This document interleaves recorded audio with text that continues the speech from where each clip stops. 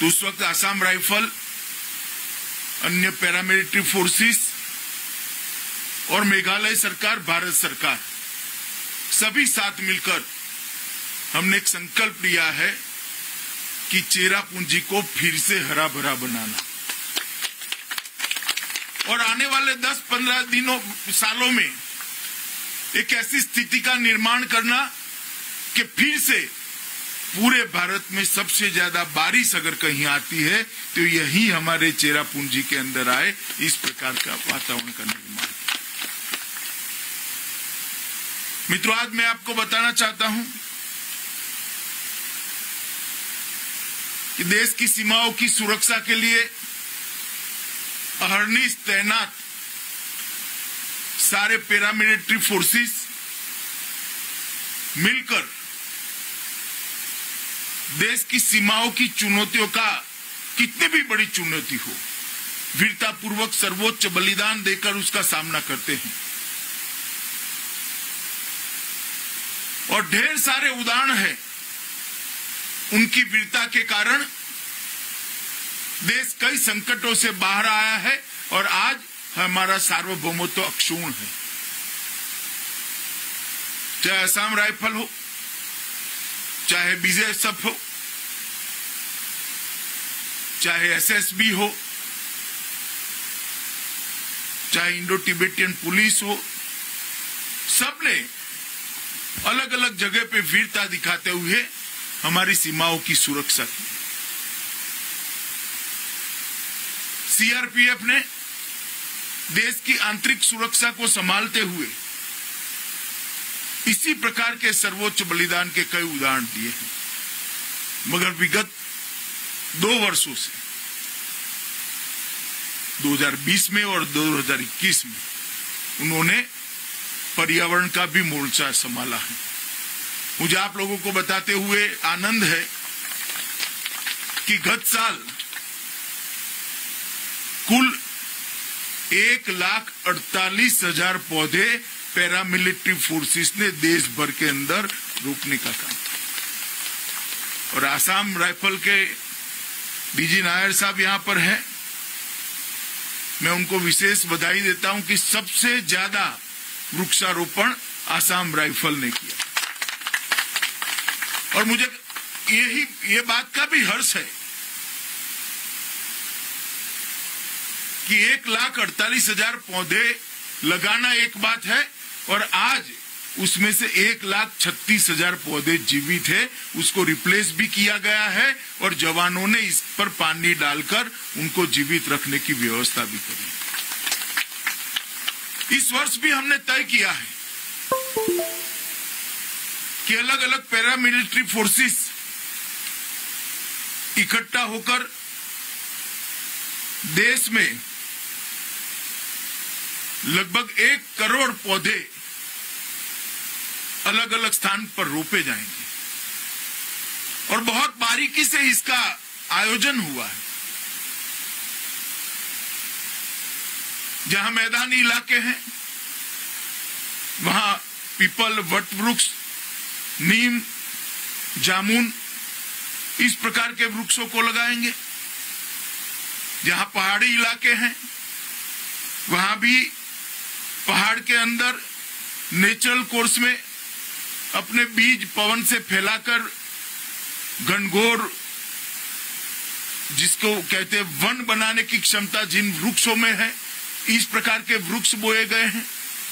और उनका सिलेक्शन भी उस तरह से किया गया है कि एक लंबे आयुष्य तक ये जिंदा रहेंगे, लंबे सालों तक ये पृथ्वी की सेवा करते रहेंगे।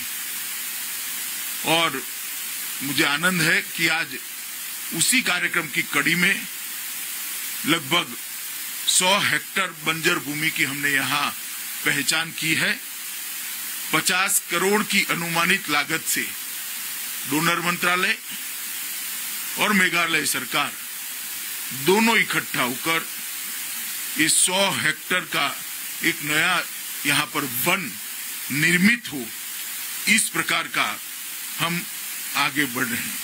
अगले 3 वर्षों में यही क्षेत्र के अंदर लगभग 1,000 हेक्टेयर में 1 मिलियन वृक्ष लगाने का हमारा कार्यक्रम है और मुझे भरोसा है कि इसको संगमा जी के नेतृत्व में हम पूरा करेंगे। और जिस दिन ये 1 मिलियन वृक्ष लग जाएंगे, हमारे बच्चे फिर से ज्योग्राफी के पेपर में लिख पाएंगे कि जहां सबसे ज्यादा बारिश आती है वो जगह का नाम चेरापूंजी है। और मित्रों, मैं मानता हूं कि दुनिया पूरी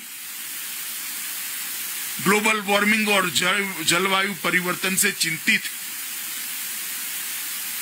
और ग्लोबल वार्मिंग और जलवायु परिवर्तन के खिलाफ जो लड़ाई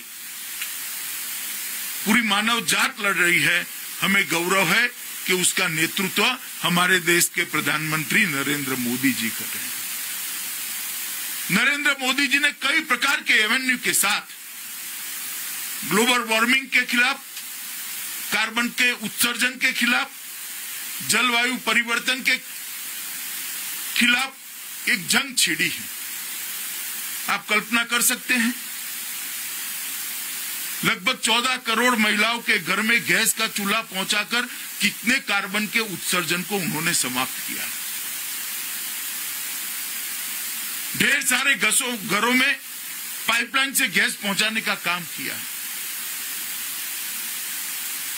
जल विद्युत और सोलर पावर में सारी दुनिया के रिकॉर्ड को तोड़कर आज हम आगे बढ़ रहे हैं और सारे लक्ष्यांक जो तय किए थे उससे भी आगे हम गए। और पेरिस समझौता उसका उदाहरण है। जब पेरिस समझौता फेल हो जाएगा, ऐसा डिस्कशन के बाद लगा, तब नरेंद्र मोदी जी के भाषण और उनकी प्रस्तावित कार्य योजना ने ही इसको एक नया जीवन बख्शा, जिसके आधार पर आज पूरी दुनिया ग्लोबल वार्मिंग और कार्बन उत्सर्जन के खिलाफ लड़ रही है। मैं मानता हूं कि ये लड़ाई जो हम लड़ने जा रहे हैं वो जनता के सहयोग के बगैर, स्थानीय पंचायत, जिला पंचायत, तालुका पंचायत के बगैर सफल नहीं हो सकती। इसलिए मैं आज, मेरे मन से बहुत बड़ा कार्यक्रम है चेरापूंजी को फिर से एक बार वृक्षों से आच्छादित करना।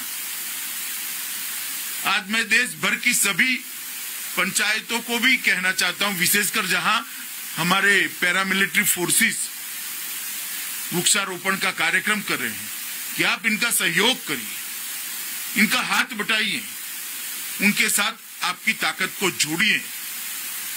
और जो 1 करोड़ पौधे इस बार हमारे पैरामिलिट्री फोर्सेस बोने वाले हैं, लगाने वाले हैं, उसको जिंदा रखने में आप उनकी मदद करें। ये चेरापूंजी का पूरा क्षेत्र वृक्षारोपण की दृष्टि से और वृक्षों जिंदा रखने की दृष्टि से असम राइफल गोद लेने वाला है, एडॉप्ट करने वाला है। और मैं आज असम राइफल के डीजी नायर जी को भी कहना चाहता हूं कि वृक्ष लगाना भी बड़ी सफलता है, मगर तय हुआ है इस प्रकार के वृक्ष लगाना बहुत बड़ी सफलता है।